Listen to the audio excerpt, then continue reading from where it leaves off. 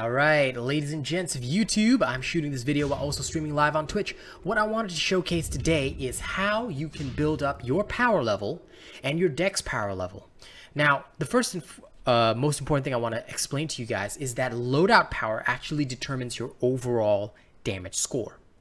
Okay, I'm going to prove this because what I'm going to show you is that none of this equipment is going to change. Okay, this equipment has all been upgraded to whatever. I'm at 673. Only thing that's going to happen is I'm going to upgrade my spell cards here, and you're going to see my damage go up. Alright, so first things first, we're going to show you how much damage I'm dishing out with 673 power right now. Okay, so my melees are doing about 6 to 8k roughly. You're seeing that happen right now. Okay, and I'll also be explaining like whether or not creature spells are useful, useless, all these kind of other shenanigans in between that. There's been a lot of back and forth about it. Some people feel that creature spells are useless. I would say they're not entirely useless. I say they serve their purpose.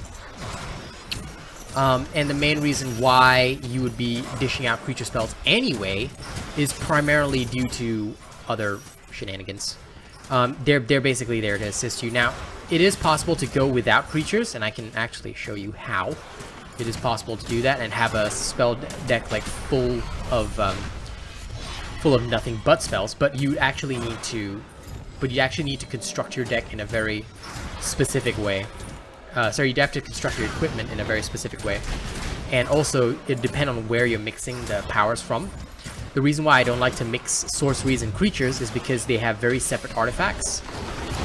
So if you wanted to, you could go with like a blue deck that has a lot of spells in it, because there are a lot of artifacts that give blue spell sorcery power, but I prefer red. Red is just more my speed, because I like to look for sorceries that have certain critical conditions, and I'll show and explain all that to you guys very soon. Now what I'm going to show you is if I go back to my sanctuary right now. I'm going back to my realm. I'm going to, so I was doing that in hard difficulty, where we're going to see, literally, I'm going to show you the change in damage just from upgrading spells that have nothing to do with your damage. Okay? So that's going to be important. And after that, I'll go through the deck that I'm using.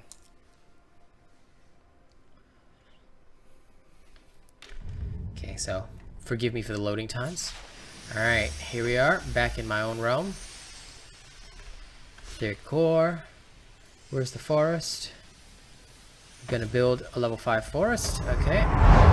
So now forest cards can be upgraded easier, right? Okay, we're gonna go to our library and upgrade shit.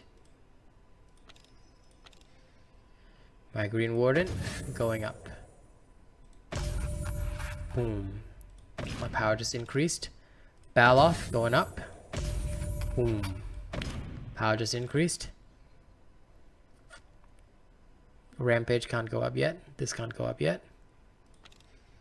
Stampede going up. Boom. Power increased. Anything else that's going up? Okay, for now, no. So we've just gone up to 694. We were at 67 something earlier. So we've gotten an increase in power now, right? Okay. This is where I show you the change. So now going back to the same location, same difficulty, hard mode, right? Going to Sheev. Sorry, Dominator, Sheev. Yeah, let's go here to the Kavu lowlands. We'll just teleport in, and we're gonna test how much we hit for. Okay, so that's gonna happen right now.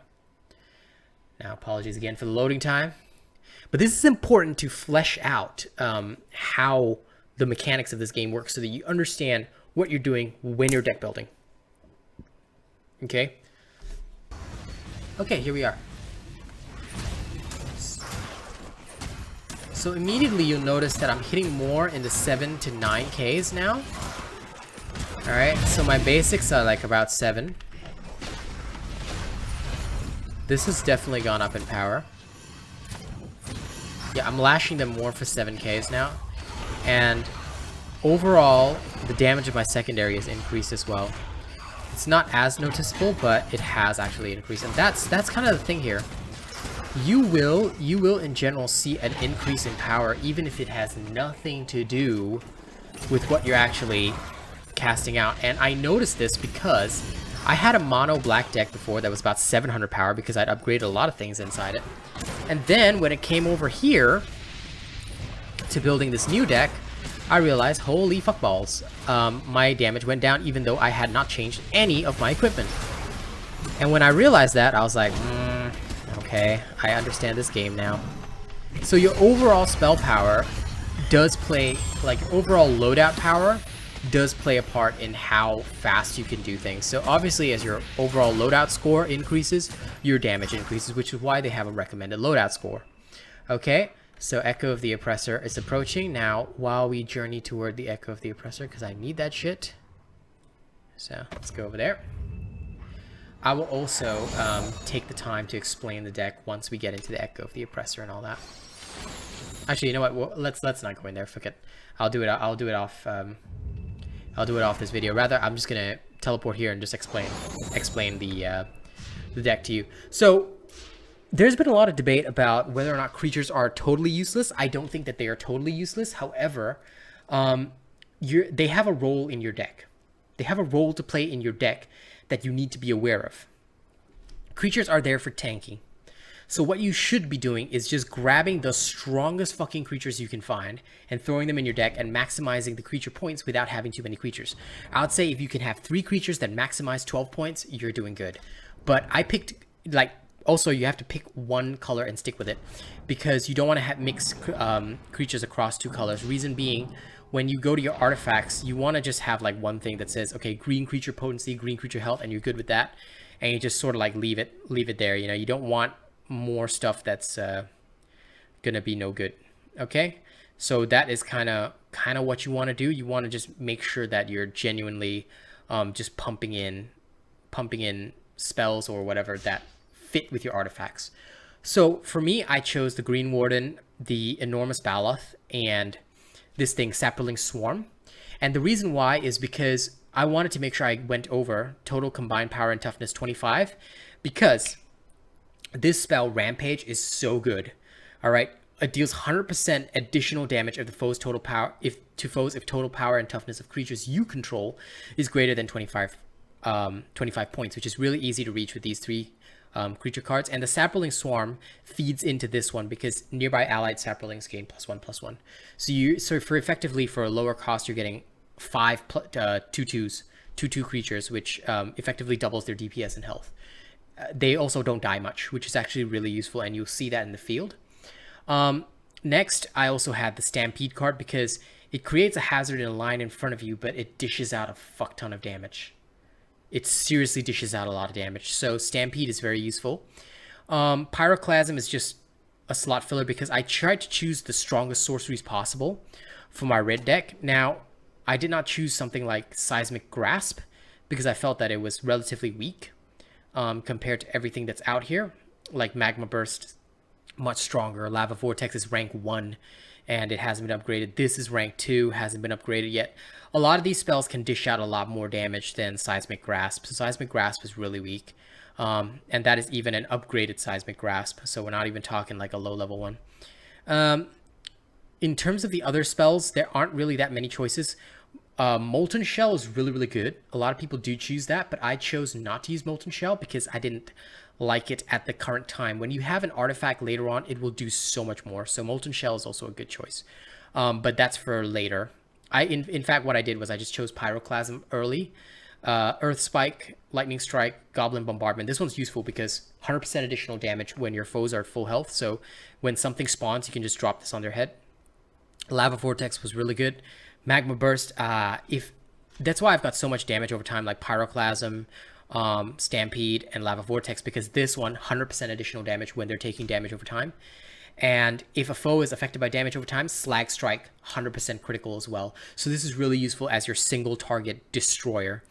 All right, so all these cards, you can see that they feed into each other and they're designed specifically to work with one another. So that is the red and green deck that I have currently. If you want to build something similar, you can. It's all good. Again, creatures, limit them as much as possible, and sorcery, stack as many as possible, but you want to stack effects that work together. So if you have a strong card, you want to have it a strong independent card like this one. And this one is strong because of the creatures. So all your sorceries, right, they need to work with one another. Again, choosing your artifacts is also important, but I won't go into that here. What I want to say is that you want to make sure that whatever you do, your cards are always getting bonuses. Do not try and put cards together that don't get bonuses, all right, because that's going to be a pain in the ass for you. And your big creatures, because you're going for a limited amount of creatures, but that are big hitters, right? You don't want anything that sacrifices them because they're a pain in the ass to resummon, especially because they usually cost a fuck ton of mana. This costs your entire mana bar, by the way, this Green Warden. So that is how you build a strong deck. You can use these principles with any colors that you like. For example, you want to build a blue black, that's up to you. You want to build a mono deck, that's also up to you. All right, just make sure you choose the artifacts and effects that feed into one another. Okay, thank you for watching this guide on deck building as well as loadout power, and I hope to see you next time. For now, I'm going to keep working on this deck. My mono black is stronger, but this is fun. See you later. Oh, and don't forget to like, share, and subscribe. You know how to do that, right?